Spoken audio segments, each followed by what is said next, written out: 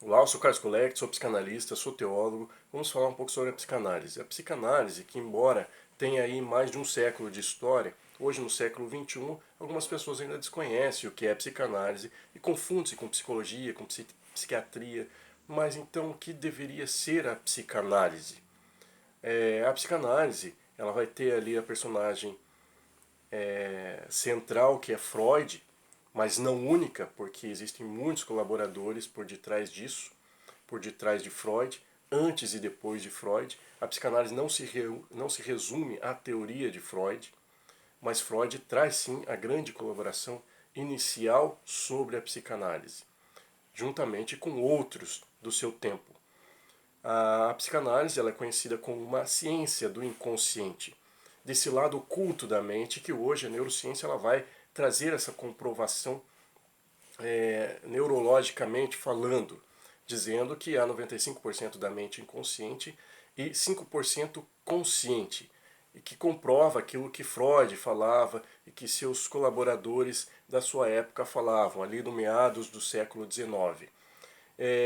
Então vai ser uma ciência do inconsciente, um método investigativo, um método clínico e de investigação. Não é simplesmente aquilo que acontece dentro da clínica de um atendimento, mas também é uma investigação do ser humano de forma geral. Ela vai acontecer na clínica, mas vai acontecer teoricamente também dentro de estudos. Ela é uma investigação, então, da vivência e do comportamento humano.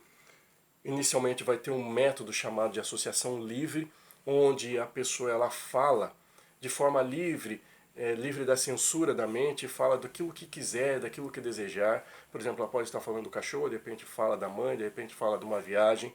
E nessa fala vai haver uma associação que é então analisada, investigada. Esse é o método inicial, que posteriormente veio muitos outros. Mas então, a psicanálise nasce independente da psicologia, como eu falei, nasce ali no seio da medicina, no seio da filosofia, tem influências judaicas, como a gente vai ver, judaicas, porque Freud era judeu e Brauer também, o seu colaborador também era judeu. E Freud ele se forma médico em 1881, vai trabalhar em Viena, no Hospital Geral de Viena, e teve contato com o neurologista Charcot, que teve grande influência nisso. Ele vai trabalhar ali e vai ser aluno de Charcot, que vai ter o contato então com a hipnose. A hipnose ela é um elemento essencial na psicanálise. No início, Freud utiliza a hipnose, mas depois ele começa a perceber que pode ser observado o inconsciente sem hipnose. Na verdade, ele teve um estranhamento, porque as pessoas falavam quando estavam hipnotizadas, mas depois não lembravam daquilo. Então ele começou a perceber que havia um outro campo, que então ele vai investigar, que ele vai entender como inconsciente, que é o campo onde está essas questões que a pessoa não lembra. E começa a haver investigação. Ele também vai trazer essa ideia do inconsciente nos seus casos de histeria, das mulheres que iam lá e tinha aquela paralisia no braço, na perna, e não havia nenhum tipo de lesão nos nervos, nem nos músculos. E ele começou a perceber que havia um tipo de trauma para além do físico. E ele vai então se voltar novamente para essa questão do inconsciente.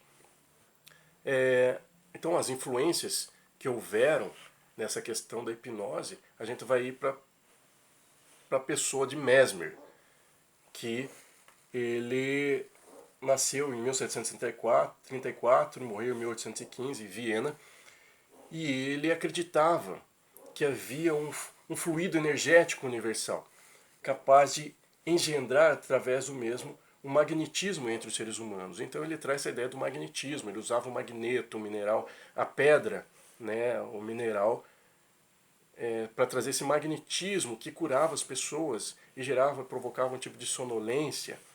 Depois esse magnetismo ele vai usar através das mãos, deixando um pouco o magneto e vai ter o mesmo resultado, curando algumas pessoas, trazendo essa sonolência. E depois vai com o médico escocês James Brand, em 1795 e 1860, que ele morreu, ele nomeou esse magnetismo animal como hipnose. E daí chega então até Charcot e tal, e Freud vai estudar com Charcot e tem contato com essa hipnose.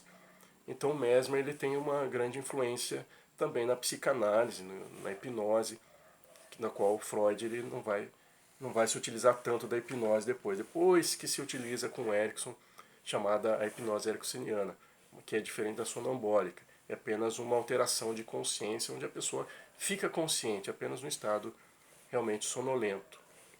Não é aquela hipnose de palco, onde a pessoa come uma cebola achando que é maçã. Mas enfim, essa é outra questão. Agora falando de Freud. Freud, ele nasceu em meados do século XIX, em 1856, no meio de uma família judaica com uma situação financeira precária.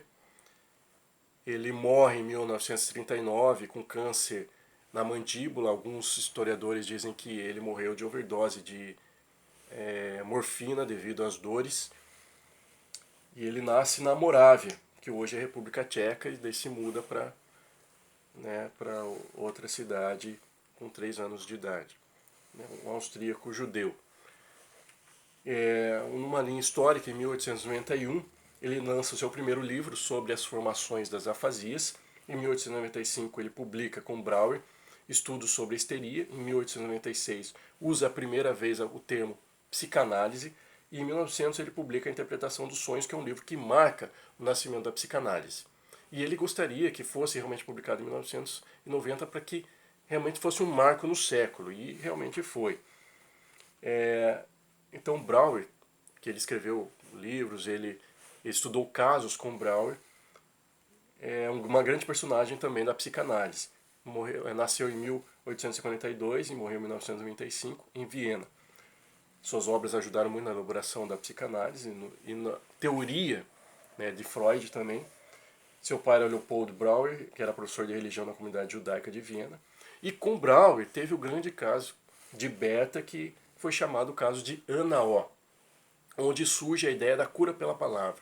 A psicanálise como a cura pela palavra, onde Ana O gostaria de falar, ela falava, ela não queria ser interrompida. E daí Brauer começou a observar isso e entendeu que isso dava um certo resultado.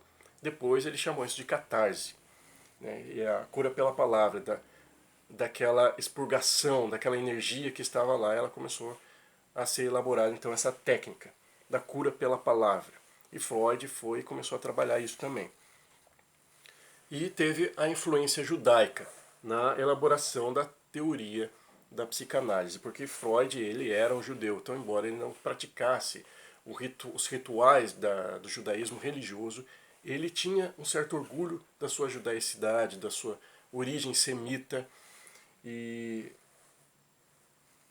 até Fuchs diz, Freud nunca rejeitou seu judaísmo, pelo contrário, sentia-se orgulhoso de sua raça semítica e vangloriou-se por ter fundado a tão atacada e mal compreendida psicanálise, que em seus primórdios se desenvolveu em ambiente estritamente judaico, dando margem aos oposicionistas que taxavam a psicanálise de ciência judaica. Então foi chamada até mesmo de ciência judaica. E além de influência da filosofia, da medicina, alguns historiadores, como a francesa Elisabeth Rodinesco, afirmam que, embora Freud não estivesse envolvido com o judaísmo religioso, a judaicidade teve grande influência na técnica da psicanálise.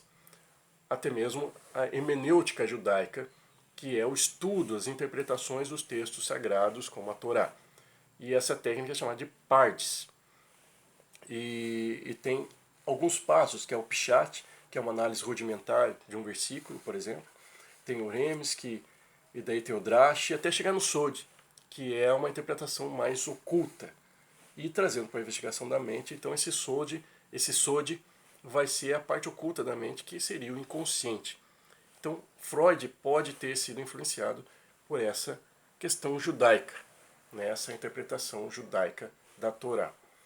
Então a psicanálise é muito ampla, e depois de Freud vai haver muitos outros autores, como Lacan, Winnicott, Melanie Klein, Ana Freud, que é filha de Freud, vai ter Viktor Frankl, vai ter o Reich, vai ter o Adler. Então vai ter muitos outros autores que vão influenciar na técnica psicanalítica. Bom, isso são poucas palavras breves sobre a psicanálise. Até a próxima.